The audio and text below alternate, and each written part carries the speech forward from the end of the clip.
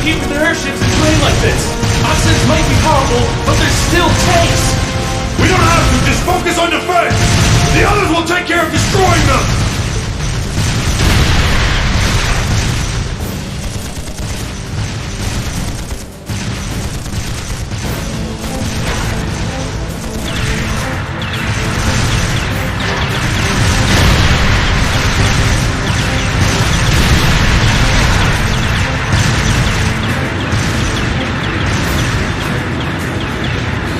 Are they the Empire's new weapons? How can we compete with something so mobile?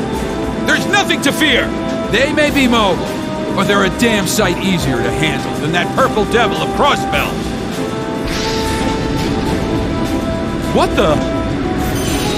Huh? Wow!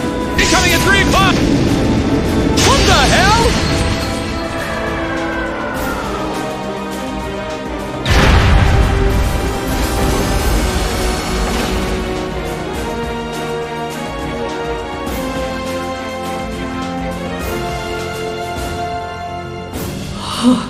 Is that?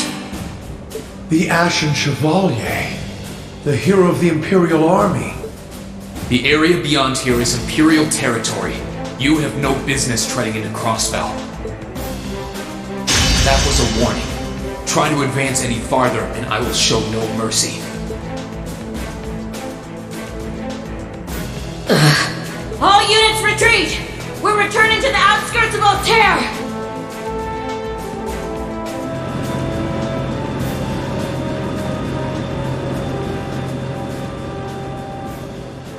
Wow! You're amazing! I knew you were the one who ended the Civil War, but seeing you up close, you're really something else! Not at all. I'm still fairly inexperienced, if you ask me.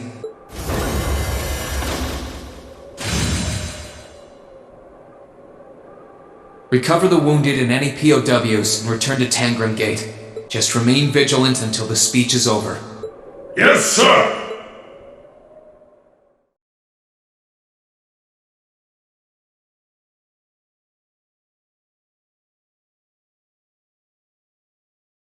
It's now March 1205 of the Septian calendar. Over 2 months have passed since the Azure Tree vanished.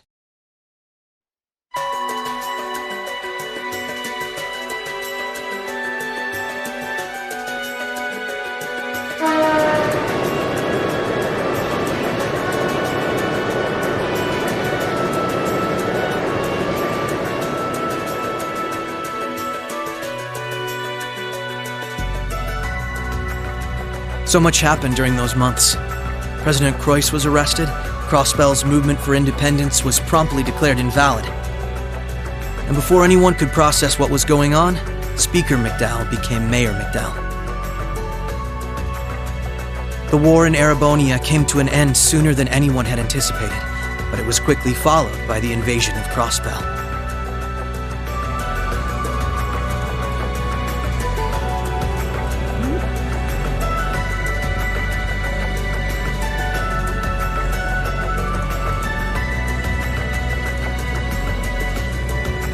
Corellia Fortress, which once served as the only physical link between the two nations, was no more. But that proved to be little more than a temporary setback for the Imperial Army, who acted by flying hundreds of tanks over the state from a vast airship. In no time at all, Crossbell was occupied.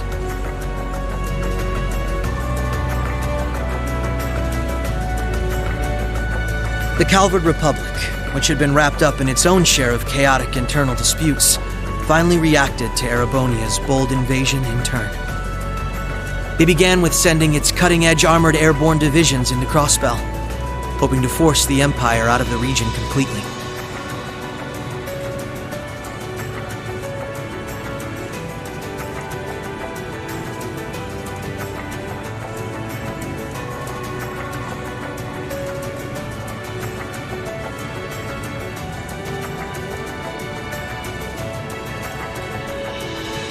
But every attempt they made resulted in failure, as they were repelled effortlessly by one soldat after another.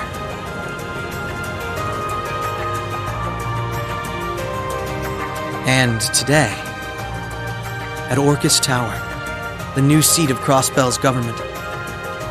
The new rulers of Crossbell rose to deliver a rousing speech.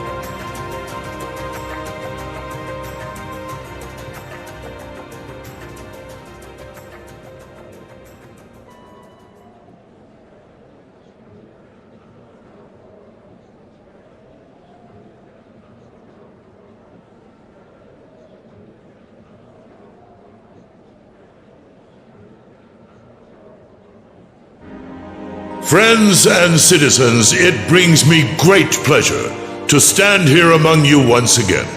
But even in the midst of such gladness, the specter of the harm Crossbell has visited upon the Empire lingers still. The destruction of Garrelia Fortress and the ensuing civil war it caused has taken a great toll in resources and in lives. The anger, sorrow, and dismay in the hearts of the Erebonian people is still fresh, still too near. But today is a joyous day, a day to put the troubles of the past behind us. Let us join hands and step boldly into the future, leaving our anger and grief behind. Challenges will rise before us,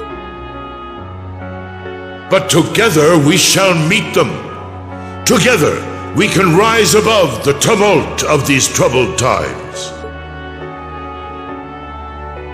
Men and women, old and young, rich and poor, those from every walk of life can share in these aspirations. Looking toward that goal, there is someone I'd like to introduce to you today. A brilliant young man who played a pivotal role in bringing Erebonia's civil war to its swift conclusion, and the individual most responsible for the historic accomplishment that sees me standing before you today. The first Governor General of Crossbell, Lord Rufus Alberea.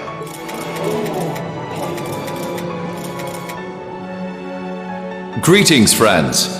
It truly lifts my spirits to be here among you. I'm honored to have been entrusted with the profound responsibility of acting as Crossbell's first Governor General. As I'm sure you're all aware, the division between the nobility and the common people is a long-standing part of Erebonian life. Personally, I stand in support of our class system, but I fully expect that one day it will fade away. After all, if each citizen of the Empire conducts themselves with the courage, dignity, and grace expected of a noble, then what difference would remain between myself and any of you? As I hope for that day, allow me to speak not only as your Governor General, but as an individual when I say, in the name of His Imperial Majesty, Emperor Eugent III, I hereby proclaim the annexation of Crossbell into the Erebonian Empire. May the goddess above stand witness, and may she forever bless Erebonia and Crossbell with the light of prosperity.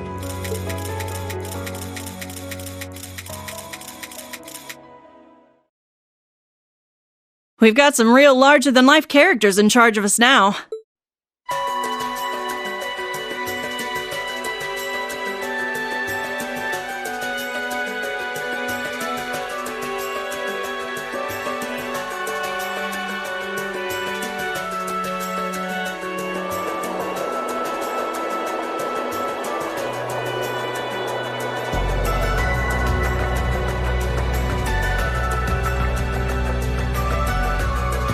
Sure, the Imperial Chancellor's intimidating, but he's so charismatic that the people eat up his every word. They love the guy. I can see why he's the bee's knees over in Heimdall. The new Governor General's something else too, albeit for different reasons. He's... how to put this? Difficult to hate. Like, he'd tell you to do something, and the next thing you know, you'd find yourself doing it just to see him crack a smile. Well, Alberea is the name of one of the top noble houses in the Empire. Top 2, even. Not surprised that the heir of such an affluent family would be popular. But it feels like there's more to him than that. That's what gets me, though.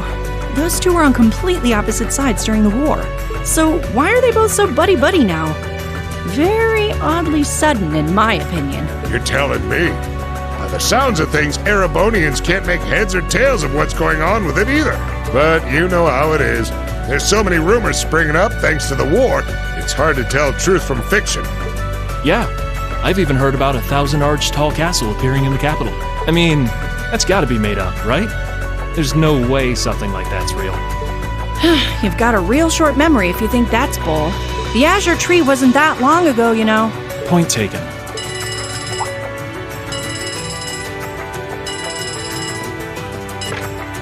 Yes, this is the office of the Crossbell Times. What?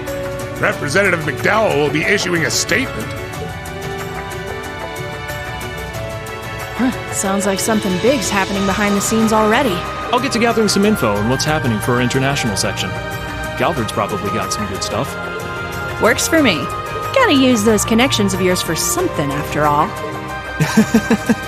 Well, see you later.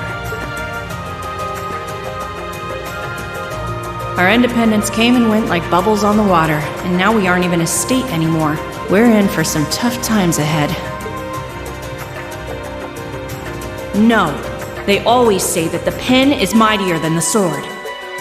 I won't let those guys outdo me. Chief, let me handle that story.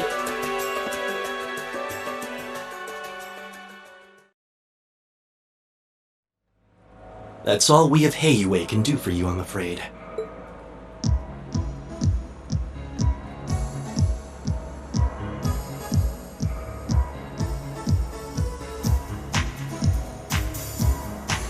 The guards have been given a little incentive to stay out of your way.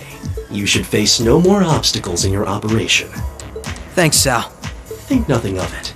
It's my pleasure to play all the cards I can. The place you're aiming for is where all the information in Crossbell gathers, as well as its Achilles heel. What you're doing does us no shortage of favors, I'll have you know. Well, just this once? I'm happy to hear that. Do take care, Yin. My apologies. Risha. I've received information that quite a skilled warrior is in Crossbell at the moment. As have I. Nonetheless, thank you for your warning. Oh, not at all. I wouldn't want anything happening to a valuable future business partner. I believe that does it for me. I'll be praying for your success.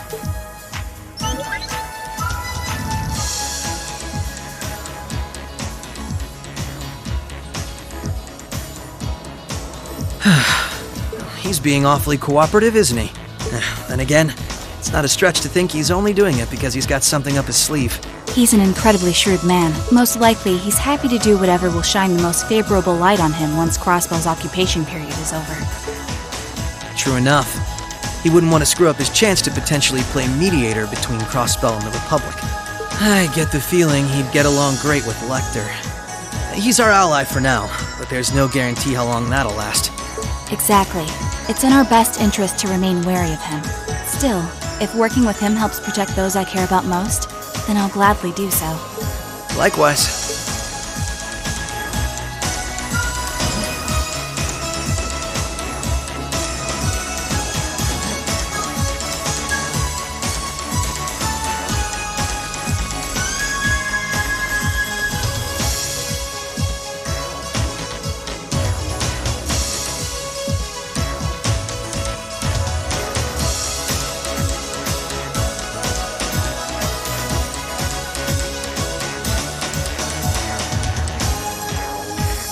Tio said to aim for the area up ahead. Crossbell's future rests in our hands, so let's get moving. Right.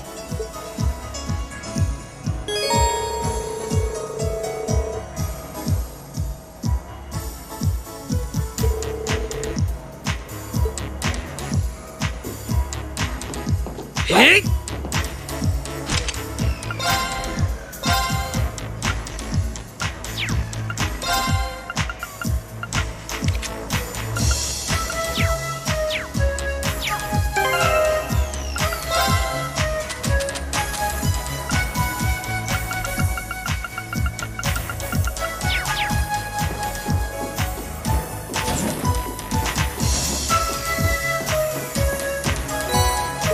Oh, it's the Crossbell Times. What's something like this even doing here? You think one of the maintenance staff left it? I can't think of any other reason it would be here. It's the issue published just after the occupation, too. I doubt anyone would miss it if we took it.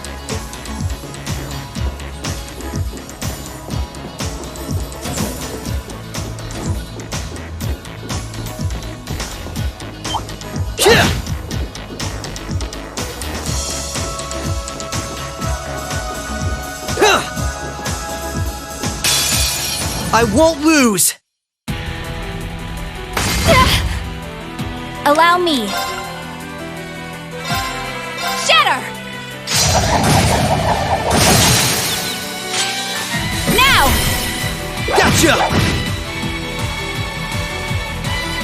There! My turn!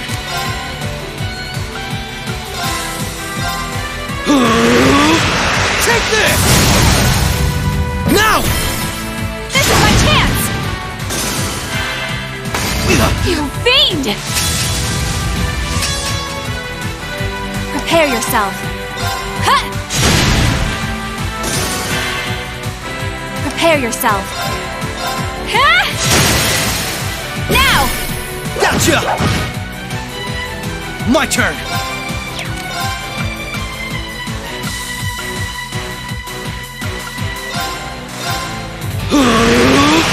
Take this! Prepare yourself. Ha! An opening! Come with me, boy! Alright!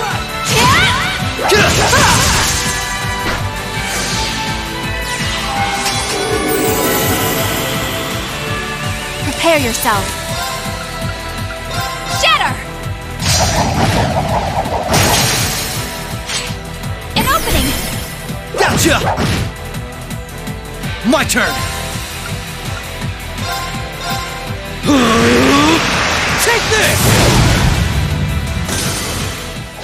I'm still up for more.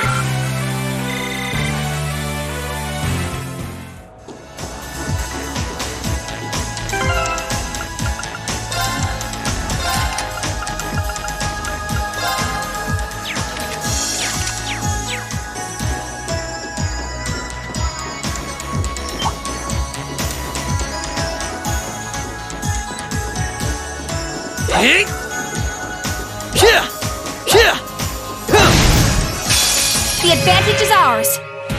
Prepare yourself. Here goes! Arcus, activate! Activate!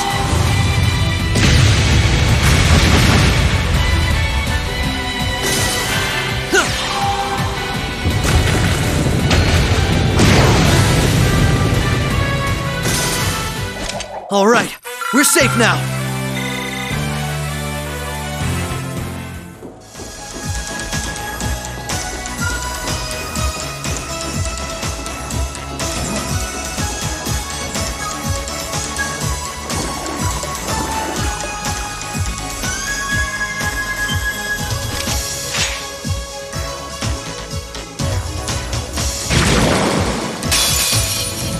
Bring it on!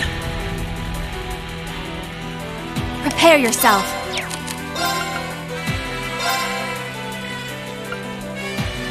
Arcus, activate! Right!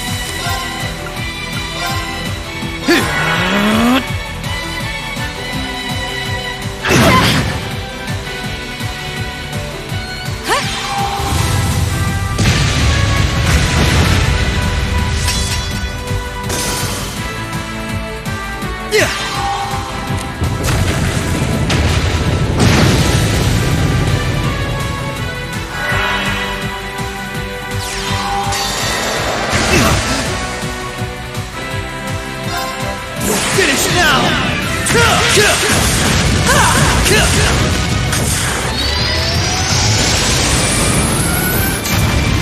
Rising Sun!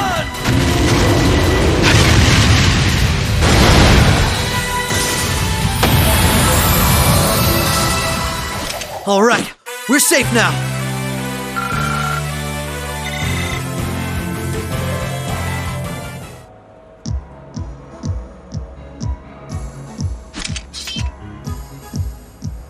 That was some fight. This sector has been abandoned for quite some time. It's not hard to imagine why so many powerful monsters settled in here. What amazes me more is just how much these Arcus orbments are capable of. Yeah, they'll be a real asset to us in the future. They're so modern, they're practically still in testing over at the Empire. I miss the variety of arts I could use before, but in terms of balance, they're much more suited for combat than our Enigma 2s. Well, Erebonia's always had the upper hand on military technology, if nothing else. We should count ourselves lucky that Michel got his hands on them for us. On that note, we should also count ourselves lucky for being able to utilize them so well. I don't think we've had a single problem linking up. I admit, it's a strange feeling. It's as if we knew everything there was to know about one another, through and through. Almost as if our bodies became one. How, poetic. Sort of like how you perform with Elia on stage, right? That's like being one, in a sense. Now that you mention it, you could put it that way, yes. At this point, however, I doubt I would even need one of these to match my movements to hers in battle.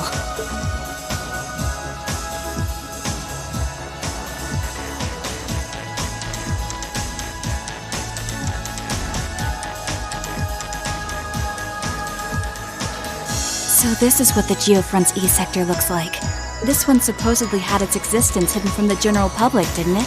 That's what Ellie said anyway. It was kept sealed off to keep everything inside strictly confidential. Corrupt officials and Diet members used it to conceal any information they didn't want leaking out. She did add that it wasn't its only use, though. I see. Not the kind of place we can just leave as it is, then. Yeah. We need to make our way through here, whatever it takes. Ready to give it everything we've got? Of course.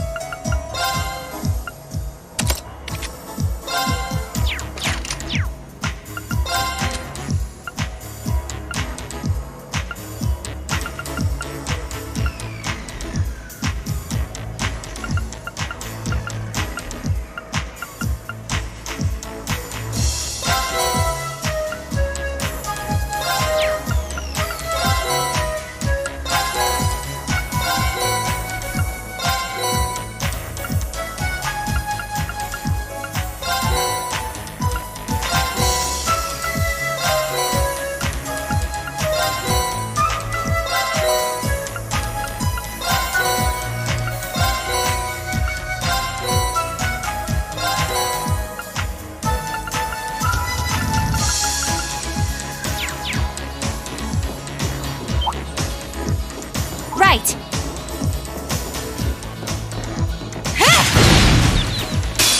Alright, we're in a good place! Prepare yourself.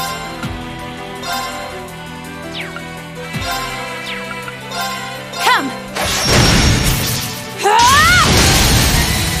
An opening!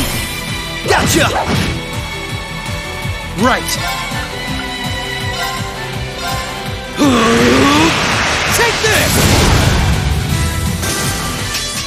I'm still up for more.